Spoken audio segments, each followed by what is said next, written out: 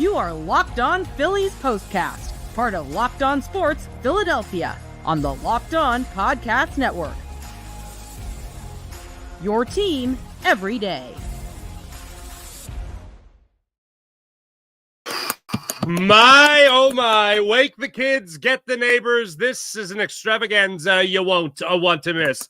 Welcome into the show, everybody. My name is Mark Farzetta. This is Locked On Phillies Postcast. Hope you guys like and subscribe to the Locked On Sports Philadelphia YouTube channel, where you're truly bringing you these Phillies postcasts throughout the entire season. And oh my goodness gracious, Phillies get a little home cooking, and boy, could they have used it after a very disappointing road trip that included 2 series losses to the Colorado Rockies and the San Francisco Giants, a team that seemed as if they were just hitting their stride. Well, the Phillies dropped the first 2 games of that series, and then they come home to face this St. Louis Cardinals team that was the hottest team in the National League, one of the hottest teams in baseball, winning 8 of 10 coming into tonight.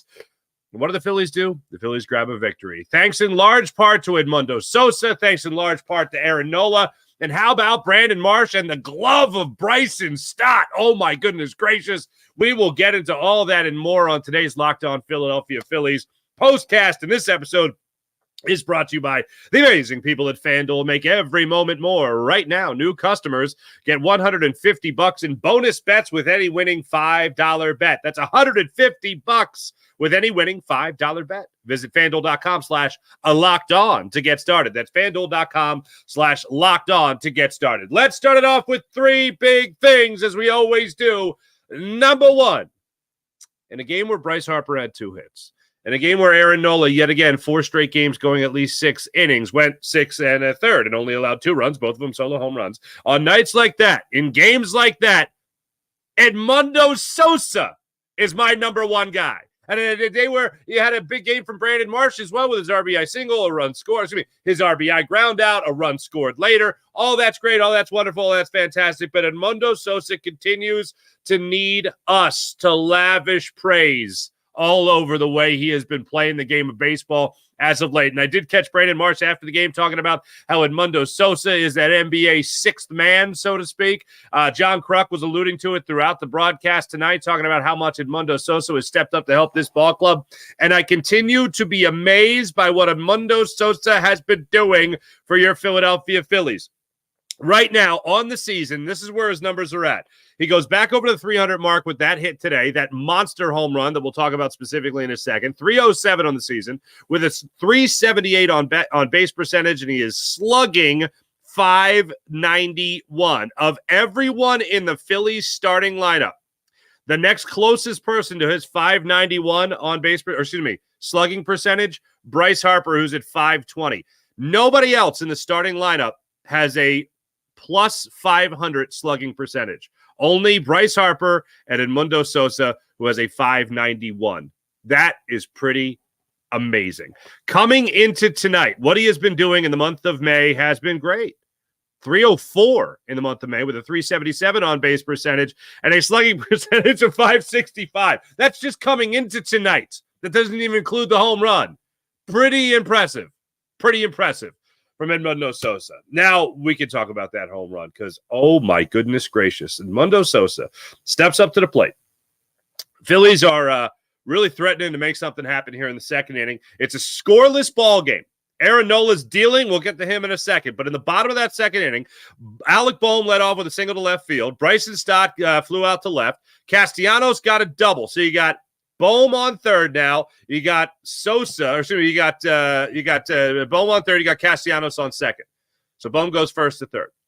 Marsh steps up, gets the RBI ground out. That was the first run of the game for the Phillies. So now you got 1 out. You got 2 outs in the inning. Will Edmundo Sosa rise to the occasion?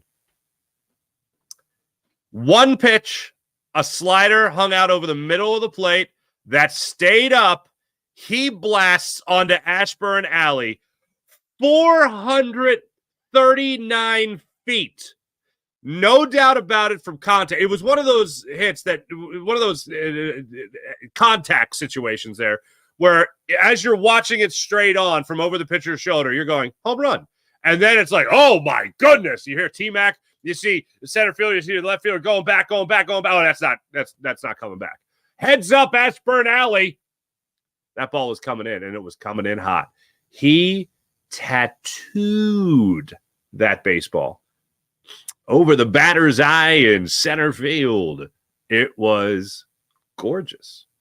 And I feel fantastic for Edmundo Sosa and what he's been able to do for this Phillies team since Trey Turner has been down. Do you miss him? Do you miss Trey Turner? I like Trey Turner. He's like cool at sliding and stuff. But I really love Edmundo Sosa and what I've been seeing from him in this Phillies lineup. You got a 300 hitter. This Phillies team, here's one of the best things. And we'll talk about it a little bit more later. But you got a 40-win team. First team in baseball to 40 wins. This Philadelphia Phillies squad. You've had some real tough decisions to make. Whether it's Spencer Turnbull and the Taijuan Walker. Now it's who's going to be your closer officially? Jeff Hoffman, or is it going to be Jose Alvarado? That was a question kind of going into the season, not one that really sprung up on us. But now you got a tough decision here about Trey Turner. What are you going to do with Trey Turner and Edmundo Sosa when Trey Turner is healthy to play? The thing that only really makes sense to me, is Sosa. Like, don't get me wrong. I would move Trey Turner to the outfield. That would solve that problem if Trey Turner would be willing to do it. And I think on this team, it's hard for Trey Turner to turn down anything when Bryce Harper's like, yeah, I'll learn first. Trey Turner has at least played in the outfield before. Edmundo Sosa, not so much. So it would make sense to have him stay at short. And maybe Trey Turner goes to the outfield. Or maybe Bryson Stott goes to short and Edmundo Sosa goes to second. Everything's on the table right now. We're talking about keeping a .591 slugging percentage in the lineup, people. Nothing is crazy. And if Bryce Harper is going to set a great example for everybody else in this club, making over $300 million, which it's not many, by the way, spoilers, like two guys, then, everything's on the table. You got to find a way to keep this bat in the lineup. Just like you had to find a way to keep Spencer Turnbull in the rotation. Oh, wait, they messed that up. See what I'm saying? Don't miss two mistakes. Don't make two mistakes. You're trying to learn from the first mistake. Don't base everything on money. So, whatever. Here's the other thing. Whit Merrifield has been an extreme disappointment for this ball club. If you move on from Whit Merrifield and that takes away the opportunities you would give him to give Alec Boehm a break at third, Bryce Harper a break at first, most notably and more often than not, Bryson Stott a break at second base by Whit Merrifield, get whatever you can right now for Whit Merrifield, whatever it might be. The only thing that he does, and it is relevant, is that he does play the outfield. Edmundo Sosa, not so much. But this is a huge problem. The Phillies have to find a solution to this problem as soon as humanly possible. Trey Turner continues to progress. And if anyone, just do me this favor before I move on to number 2 here. Just do me this favor. If anyone says to you in the very near future, Philadelphia Phillies fans, if anyone says to you in the very near future, that's a good problem to have, you have my permission to take off your white glove and slap them in the face. Okay, don't do that. But you understand what I'm saying. And if you're wearing white gloves, that is a little interesting as well. But that's where I'm at right now. Everything's on the table as far as getting Edmundo Sosa more at-bats and keeping him in this starting lineup for as long as humanly possible. Number 2 on the list. Let's talk about this. Aaron Nola continues to allow this starting rotation to be dominant. Absolutely dominant. And there were a couple instances tonight where maybe it was a little too heavily reliant on that knuckle curveball, especially when you talk about his last 6 of his last 9 pitches were actually knuckle curves before they got him out of there. And I would have loved to have seen him be able to log 7 innings again. But at the time that he was out there, he literally made 2 mistakes. And both those mistakes went out of the ballpark. They flew out of the ballpark. Bye-bye. First, Nola Arenado, who's pretty good at baseball, for anyone that wants to break my stones over that. And also that Crawford fella who he's been taking the Phillies for a lot over the years from his days with the San Francisco Giants as well. Don't think I've forgotten Brandon Crawford. But anyway, Arenado got him second. Crawford got him first, and that was in the 3rd inning. But other than that, you just saw a masterful performance. You saw him running a little bit of trouble just as far as the pitch count went, unfortunately, with Aaron Nola. He did get up there to 96 pitches. There was one at bat in particular, I think it was against Paul Goldschmidt, that it was a 10-pitch at bat late in the game, and I thought right then and there that's what was going to cost Aaron Nola the opportunity to log at least 7 innings in this game, and that certainly is what turned out to be the case. Paul Goldschmidt faced him after he struck out Carpenter in the 6th inning. He struck him out on 3 pitches, gets Burleson to ground out to second base. Paul Goldschmidt out of nowhere works a 10-pitch at bat. If it wasn't for that, you're talking about a 9-pitch inning. Now all of a sudden it's a 19-pitch inning for Aaron Nola. Not great. He goes into the 7th inning. He's at 87 pitches. He needs a quick inning. He needs to get out of it. He gives it the home run to Arenado, where he just absolutely hung a curveball. Again, that was the mistake.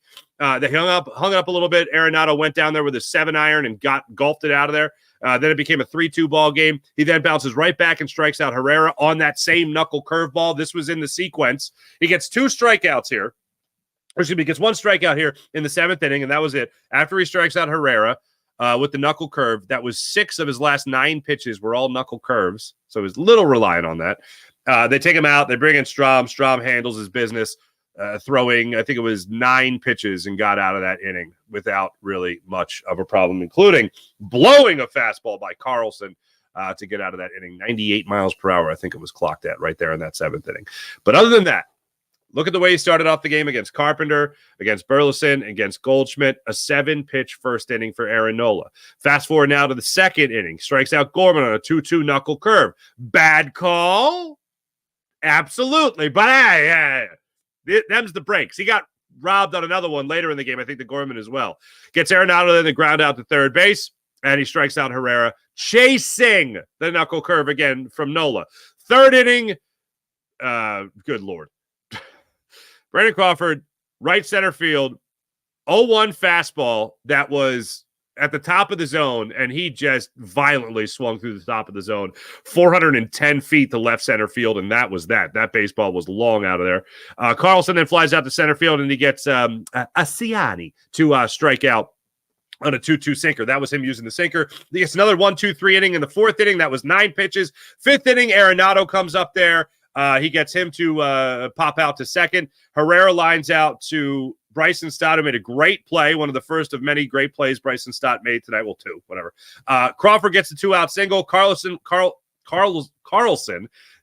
works the walk on 4 pitches, unfortunately. Then Siani goes up there and grounds out to Bryson Stott, who made an incredible play at second base. Great to see that from him. That was the second good play, I should say, he made in the game. The last one was the diving play that he made, which was pretty fantastic as well. But all in all, Aaron Nola, 96 pitches to get through 6 1/3. That 6th inning kind of cost him there with the Goldschmidt, but other than that, still 6 1/3 from your starting pitcher, allowing 2 runs, both of them solo home runs, only 2 walks issued. You're feeling pretty good about yourself if you're Aaron Nola, and you should be after today. Improves to 7-2 on the season. You love to see it from Aaron Nola. Number 3. Before I get to number 3, I just want to say I'm sorry to JT Realmuto. His franchise record hitting streak for a catcher at 18 games is over. Wah, wah. Rough one tonight for JT Realmuto, unfortunately, as he took the collar. But now let's end it on a positive note. I've talked about Kyle Schwarber. I've recently talked about Nick Castellanos. And we've talked for a long time about Bryce Harper when we talk about leadership on this team. Every team, and I know that Garrett Stubbs kind of gets this type of persona, and I know we've kind of labeled him as this, as a glorified mascot, more or less. And that certainly helps to have that guy in the clubhouse. And I've heard guys like Eric Kratz talk about this over the years. I've heard different guys talk about that backup catcher role. There's no analytic for it, but for whatever reason, they have an impact. Every team needs that kind of guy. Garrett Stubbs is that guy here in Philadelphia. But as far as a guy that finds himself regularly in the starting lineup, Matt Strahm is that guy. And to see him come out, help the Phillies get on the board with that RBI ground out there in the 2nd inning to make sure they at least didn't get out of it with nothing. He got him 1 run. Then Sosa kind of trumped him. And, oh, baby, hit that big home run. But then he comes up with a good play in left field. And then he comes up again when the Phillies need some insurance runs after Arenado got that solo home run on that hanging curveball by Aaron Nola. You have Castellanos step up, and he lines out to left field, he lines out to center field to start up the 7th inning. Brandon Marsh then gets it going with a one-out double to left field, just out of the reach of Burleson there and left. Sosa comes up and grounds out, and then Johan Rojas with another RBI. I am rooting for it, baby. First pitch slider, jumps on it, and he makes it a 4-2 ball game, bringing home Brandon Marsh on a very, very hideously ugly head first slide into home. But hey, he touched home plate, so that's all that really matters, right? All in all, exactly what the Phillies needed tonight. And this is I'm not just pushing aside the St. Louis Cardinals. They're not the same St. Louis Cardinals that the Phillies saw like a month ago in St. Louis, right? They're a very good baseball team that's been playing some very good baseball as of late. And they've gotten back into the swing of things. And the Phillies faced that head on tonight with one of their aces on the mound, and they did exactly what they needed to do. One more thing that's becoming such a great theme, and we'll talk about it in the next segment. But again, where I look at in this lineup, the production coming from these spots lets you know you're in great hands with this Philadelphia Phillies ball club. We'll check your comments coming up in a second. We'll also talk about the unsung heroes that are, well, they're getting sung. They're getting sung is what they're getting. My name is Mark Barzetta. Make sure you guys hit like. Make sure you guys hit subscribe on the Locked On Sports Philadelphia YouTube channel. And we'll be breaking down the Phillies throughout the entire season on these Locked On Phillies postcasts. We'll be back in a second. You guys having fun on FanDuel yet? If you're not having fun on FanDuel yet, are you having fun at all? Other than watching the Phillies, of course. FanDuel is where it's at. Take advantage of all they have to offer. Winner take all time in the NHL. Winner take all time in the NBA with the NBA Finals now set. FanDuel is giving you a shot to bring home big wins. Big win of your own, as a matter of fact. Right now, new customers get $150 in bonus bets with any winning $5 bet when it comes to FanDuel. So take advantage of FanDuel and what they're offering right now when it comes to the big games in the NHL, when it comes to the big deal in the NBA. You like the Mavericks? You liking the Mavericks? You like the Celtics? Personally, with the Philadelphia slant, I'm absolutely siding with the Mavericks on this. Now, notice what I'm saying. I don't root for Dallas because I never root for Dallas, but I am rooting for the Mavericks because I could never root for Boston in anything. And it would crush my soul if Boston Celtics won anything. That's why I'm riding with FanDuel, and I am riding with the Dallas Mavericks. Did I say Dallas? Whoops. As of right now, for game one in Boston, unfortunately, the Celtics are favored by 6.5 points. The Mavs got them right where they want them. Just like that. That's what it's looking at right now for game one that gets started Thursday night at 8:30. So you don't want to miss that action. So take advantage of all FanDuel has to offer right now at FanDuel.com/lockedon. That's FanDuel.com/lockedon. And what you can take advantage of right now for new customers, $150 in bonus bets with any winning $5 bet. Visit FanDuel.com/lockedon and make every playoff shot count. FanDuel, America's #1 sportsbook. Here's what you can look at when it comes to this Phillies lineup. Before I get into the comments, I just want to highlight this real quick because I see you guys, a lot of you guys chomping at the bit. Here's what I got for you. I look at this lineup time and time again, and I see guys down towards the bottom of this lineup that are getting things done. Castellanos had another hit. He gets his average up to 210. Great. Brandon Marsh, 1 for 3. Great to see that with that RBI and a productive out. Edmundo Sosa, 1 for 3. Johan Rojas, 1 for 3. That is right there your 9, 8, 7, 6 whole hitters coming up with production. You say you put Castellanos down there at the 6th spot, not abnormal, not crazy, but he keeps hitting. You have Bryson Stott in the lineup today. He takes the 0 for, unfortunately, with a strikeout, as he struggled really over the last couple of weeks here. But all in all, to see that kind of production for your 6 through 9 guys is pretty special. You see Bryce Harper, he has 2 hits, doesn't have a huge impact on the game in that regard, but still at least good to get ducks on the pond, as they say. Kyle Schwarber worked another walk today despite being 0 for 3. This is the last day of May. So we're tomorrow. I fully expect Kyle Schwarber to start the MASH parade when it comes to 8 home runs, 10 home runs in the month of June. And here's what's really amazing about it. You have him at 11 home runs so far in the season. His walks are off the chart. His on-base percentage is at 367 right now after tonight. Kyle Schwarber is going to show me something really interesting this month. And I think it's going to go hand in hand with what the Phillies are offering us this month as well. Because let's just throw out this, what could be, you could go ahead and accuse me of being Paulie Pom-Poms here. You can go ahead and accuse me of just being overly optimistic. But let's just live in this world for just 1 second. I mean, being that the Phillies are the first team in baseball at 40 wins, I feel like we can afford some optimism. Here's what I got for you. What if, and I've thrown this out before, but what if the Phillies do exactly what they've been doing over the last couple of seasons here? What if they don't necessarily hit their stride in June like they've done over the last couple of years? What if the Philadelphia Phillies again play their best baseball of the season in the month of June? What if that's the case? If that's the case, oh, baby, 40 wins ain't nothing. You know what I'm saying?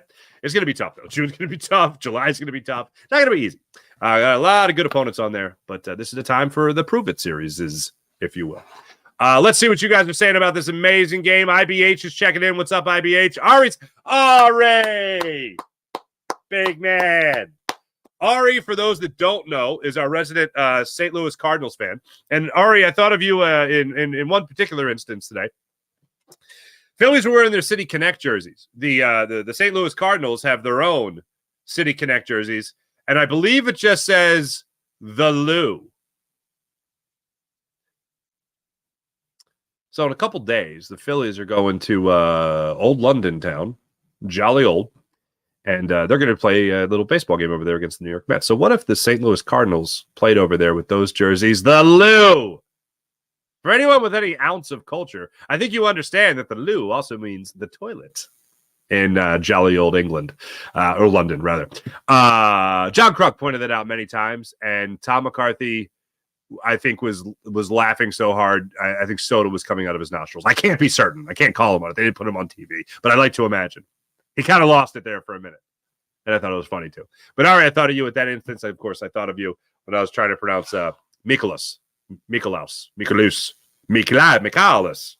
All right, anyway. Go Sixers. What's going on, Go Sixers? Great to be back on the winning streak. Hey, one more for a winning streak. Crazy. Sosa is him. Star Wars 99 first team to 40. Timothy B. Good evening, Farzetti. Farzetti. I even mispronounced my own last name. Good evening, Farzetta. Good win for the boys tonight. Hells yeah. Sosa's been on fire. Hell yeah, Timothy B. John Getz. Sosa is definitely no so-so. I just want to let you guys know I'm here for any and all dad jokes, so bring them on down. Philly's back on track. I did have that thought, like, we're back, baby. We're back. We're so back. Remo Kim, what's going on? Love the idea of Trey in the outfield and keeping Sosa at shortstop. Time to get creative. Nola was good. Cards bats were impatient. Gotta play mistake-free baseball against you fools. Maybe tomorrow. There you go, Ari. That's the spirit. You firecracker. Thank God I went to Costco for a roasted chicken mid-game.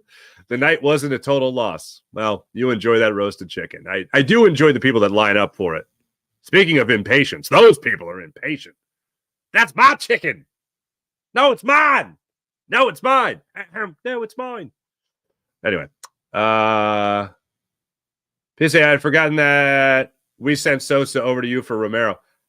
You guys took Red Bull crushing JoJo Romero. I had the same, Ari, I thought about the same thing earlier today. I was like, Sosa's been playing so great. How did we get him again? Was he released by the Cardinals? And then beep, bop, I punch it up and I go, oh my goodness gracious. Red Bull crushing JoJo Romero? Come on down. See ya. Oh, good times. Nothing but good times, man. We had some good times, didn't we? We absolutely did. When we come back, we'll take a look at where the Phillies are headed next, which is, well, tomorrow.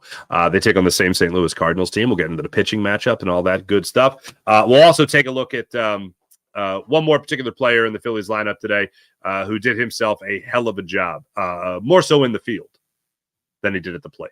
That's for sure. Always finding ways to help you win is this young man. We'll talk about that in a second when we return. You are Locked On Phillies postcast on the Locked On Sports Philadelphia YouTube channel. Make sure you like, make sure you subscribe, make sure you comment. Come on, I want to hear what you have to say. We'll talk about it even more in a second. Coming up, you're Locked On Phillies postcast. I did it again. I'm wearing the shirt. This shirt is from Stitch Fix. I love this shirt. Got this shirt a couple of years ago from Stitch Fix. One of the many items I've gotten from Stitch Fix that I am a huge fan of. Because you know something? We all want that instant confidence that a new outfit brings you. Enter Stitch Fix and your personal stylist. With Stitch Fix, you get a stylist who understands your style, your size, your budget, understands it all. It's like you have ESP with your own stylist. They'll do the shopping for you. And it's the easiest way you can upgrade and update your wardrobe this season. I love Stitch Fix because, you know, if I'm keeping it real with you guys, it really does help me discover some brands, some styles that I would normally never go out. I don't do what you call make bold fashion decisions or fashion choices. That's what my stylist does with Stitch Fix. I generally like to be the button-down guy. I like to wear a pair of jeans, maybe even a nice pair of slacks, right? Well, this is what the stylist does. They help me discover some new things that I would normally never really try. And when I get those things and I love them, I keep them. When I don't love them, I send them back. Simple as that. I love Stitch Fix because it helps me discover those styles of brands that I would likely never come across. And your stylist just knows when to say, hey, maybe try this. And they'll send you something. And oftentimes, you're going to love that thing. Just like I love this shirt, as a matter of fact. I just give my stylist my size, my style, my budget preferences, and I get a box that comes to the house. I get it when I want it, how I want it, no subscription required, and they send me 5 items around that, and outfit recommendations, pro styling advice. I keep what works, and I send back the rest. It's just that simple. And shipping, returns, exchanges, always free with Stitch Fix, so there's no problem. That's it. Just keep what you like, send it back for free. The stylist really helps you break it down and really understands you. Like I said, it's like they're inside your mind when it comes to the world of fashion. Here's what you can do. You can get started today. Go to stitchfix.com/MLB. That's stitchfix.com/MLB and get $20 off your first fix with Stitch Fix. That's stitchfix.com/MLB for $20 off. stitchfix.com/MLB. Must redeem within 7 days of sign up. Bryson Stott at second base today. Couple of big instances from old Bryson Stott at second base.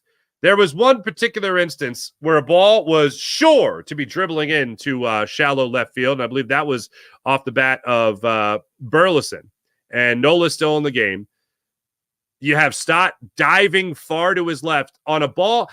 The only way I could describe this, and please forgive me for being a big fat idiot, but this is the only way I could describe this with any sort of accuracy. Excuse me, it was for Alvarado. Alvarado was in the game at this point. It was in the 8th inning. It looked like a video game glitch. It looked like the kind of thing if you played like World Series Baseball 95 or even something, more current, where like the ball's over here and the guy dives in the glove. Let me get in my own shot here. Ball's over here and the guy, ball's over here, and then the guy dives here, and the ball just goes right in the mitt. That's what it looked like. That's how fast Bryson Stott's closing dive looked. Yes, again, I'm a big fat idiot. I apologize. It's the only comparison I could come up with. But that's what it looked like to me. For the people on the podcast, there's a great representation of glitches in video games from the mid-'90s. Anyway, that's what it looked like, and it was a phenomenal play by Bryson Stott. Bottom line, Bryson Stott made a phenomenal play. Had a good leaping grab there at second base as well. Was able to turn two. There was one play, the only web gem, to use that old phrase, that I would look at other than Bryson Stott's diving play in this game had to go to Gorman, I believe it was, who had the great backhand flip to Brandon Crawford to turn two. Alec Bowman grounded into that double play, unfortunately. And the one man, the only way they could make that play by getting two is the backhand flip. And, well, they got it. Either way, the Philadelphia Phillies have won 2 in a row. They win one tomorrow. That's what's called a winning streak. It has happened before. As for tomorrow and that matchup with your Philadelphia Phillies, who are now 40 and 18 on the season. They'll be on the Fox broadcast tomorrow. Sonny Gray gets the start against Ranger Suarez. Gray 7-2 on the season with a 2.60 ERA. One of the big reasons that this Cardinals team has been doing pretty well, especially when it came to his last start. He was able to keep the Cubs bats at bay in that game. Had a little bit of a rough stretch there over his previous 3 starts. Last one was good, 5 scoreless. Before that, 5 2/3, 3 runs, 6 innings, 5 runs, 8 hits, 5 innings before that, 6 runs on 7 hits. Not great over those 3 games, but his last start looks like he righted the ship. He also only allowed 1 hit over those 5 innings against the Chicago Cubs. He's also walked 6 over his last 2 games, and he's given up 4 home runs in his last 4 starts as well. So you hope the Phillies can get to him in that game. I don't think he faced... Was that his first game? It was his first game. He faced the Phillies and shut him down through 5 innings, allowing just 5 hits in that start. He only threw 64 pitches in that game. That was his first start of the season. As for Ranger Suarez, oh my goodness. He is really struggling, that Ranger Suarez. He was 9-0. Now he's 9-1.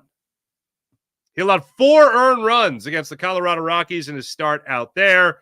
It was a 6-inning performance, 4 earned runs, 5 total, 3 hits, issuing 4 walks. Very un-Ranger-like, if you will. But Ranger Suarez will get the start for the Phillies tomorrow night. 7:15 start time. That'll be on the national broadcast of Fox, so it won't be on the local NBC Sports Philadelphia. Until then, I really look forward to breaking it all down for you wonderful people tomorrow night, because I'll be with you right here on this Locked On Sports Philadelphia postcast of your Philadelphia Phillies. In the meantime, make sure you hit like. In the meantime, make sure you hit subscribe and you join in all the fun that we have. Oh, we have some more people checking in here.